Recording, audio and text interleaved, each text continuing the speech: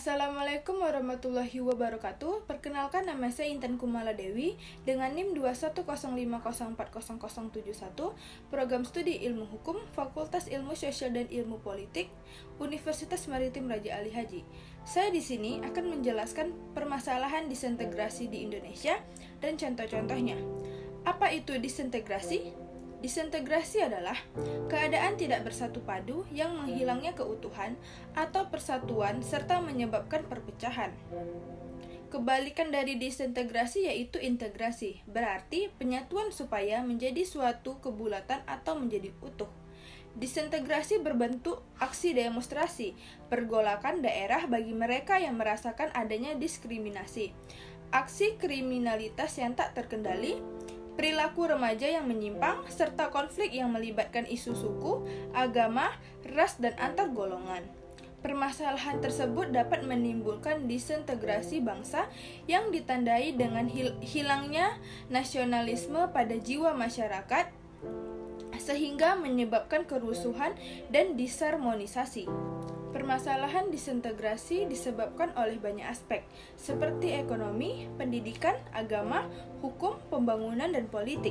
Disintegrasi terjadi di berbagai lapisan kehidupan masyarakat di Indonesia, baik yang melibatkan kelompok ataupun organisasi kemasyarakatan dari lingkup yang kecil hingga besar.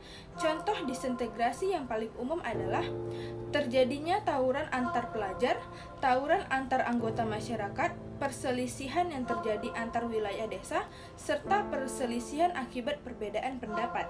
Ada beberapa faktor yang mempengaruhi kehidupan sosial menuju disintegrasi maupun integrasi, seperti tujuan dari kelompok, sistem sosial, sistem tindakan, dan sistem sanksi. Sementara itu, gejala disintegrasi dapat dipengaruhi oleh berbagai hal sebagai berikut.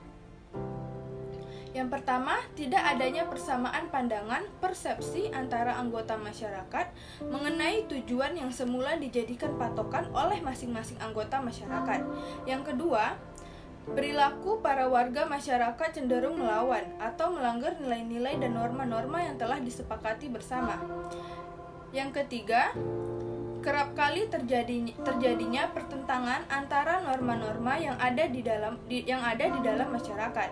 Yang keempat, nilai-nilai dan norma-norma yang ada di masyarakat tidak lagi difungsikan dengan baik dan maksimal sebagai mestinya.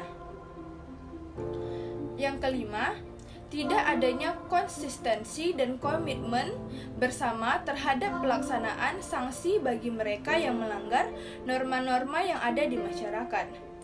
Dan yang terakhir, keenam, kerap kali terjadinya proses-proses sosial di masyarakat yang bersifat disosiatif, seperti persaingan tidak sehat, saling fitnah, saling hasut-menghasut, pertentangan antar individu maupun kelompok, perang urat saraf, dan seterusnya. Selanjutnya, penanggulangan disintegrasi. Adapun kebijakan yang diperlukan guna memperkukuh upaya integrasi sosial secara nasional adalah sebagai berikut.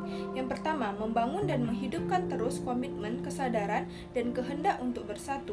Yang kedua, menciptakan kondisi yang mendukung komitmen, kesadaran, dan kehendak untuk bersatu, dan membiasakan diri untuk selalu membangun konsensus.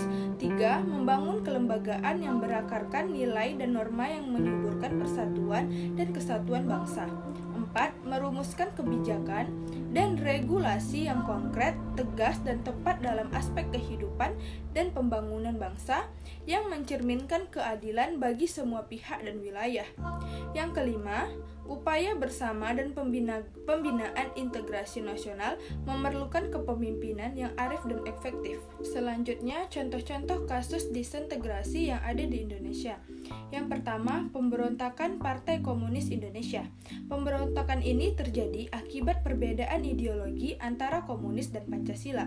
Konflik ini berawal dari sakit hati Amir Syahrifuddin yang diberhentikan sebagai menteri.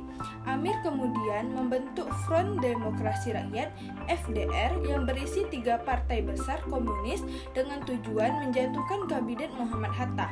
Usaha-usaha untuk mencapai proses integrasi nasional dan menghindari disintegrasi nasional dapat dilakukan dengan menjaga keselarasan antar budaya, dan rasa persatuan.